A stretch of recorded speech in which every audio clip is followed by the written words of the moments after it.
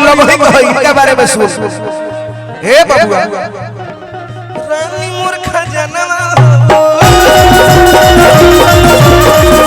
हीरा रतनवा और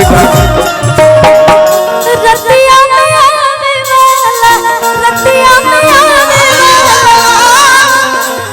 मीठा सपना राजा मूर्ख जनवा हवा राजा मूर्ख जनवा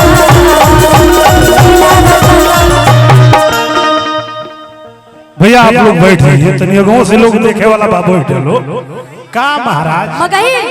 बिल्कुल हम गाइड बैठिए बैठिए बैठ जाओ बैठ जाओ जन जन फरमाइश में पूरा करके आई पीछे के लोग चलिए पीछे हो जाओ पीछे होइए हम चाहेंगे कि भैया आप लोग इधर आ जाइए कि जयमे त जो हमरा गम नहीं है तोरा नियन माल हमरा गम नहीं है ऐसा है क्या पिया संग सुती है बीतई है दिन राती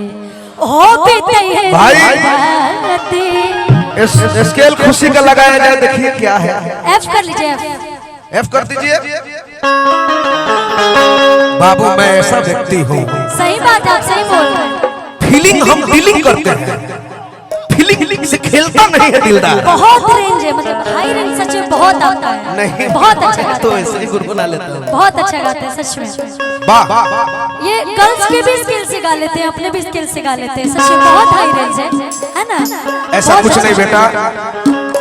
आप भी बहुत अच्छे गाती हो यहाँ लग के फरमाइश हुए बिरहिया टोन कौन हो जवन माहौल गलमावता यो हमरे के था बड़ी प्यारा आशीर्वाद मिला गा दो देरी मत करो कि कौन हो जवन माहौल का बड़ा बता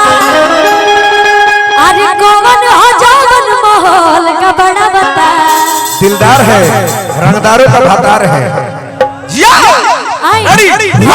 2 कि कौन हो जवन माहौल का बड़ा बता कौन हो जवन माहौल का बड़ा बता दुगुन में होई गोली के आवाज बतावा मजुआ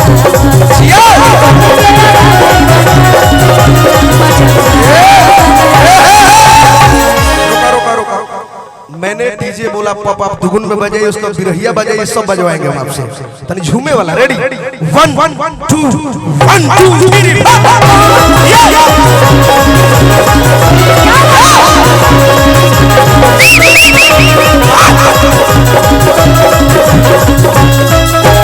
अरे कौन हो जवन माहौल का बड़ा बता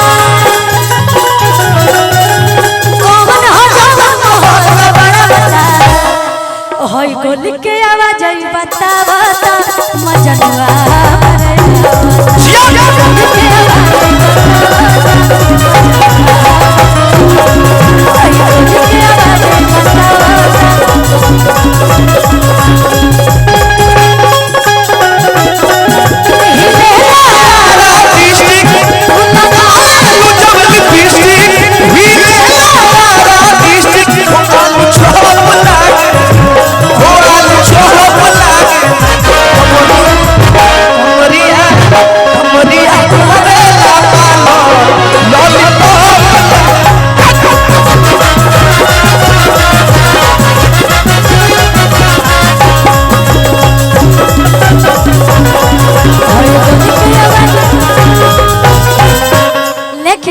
एगो मेहरारू के नया नया शादी भइल बाटे जैसे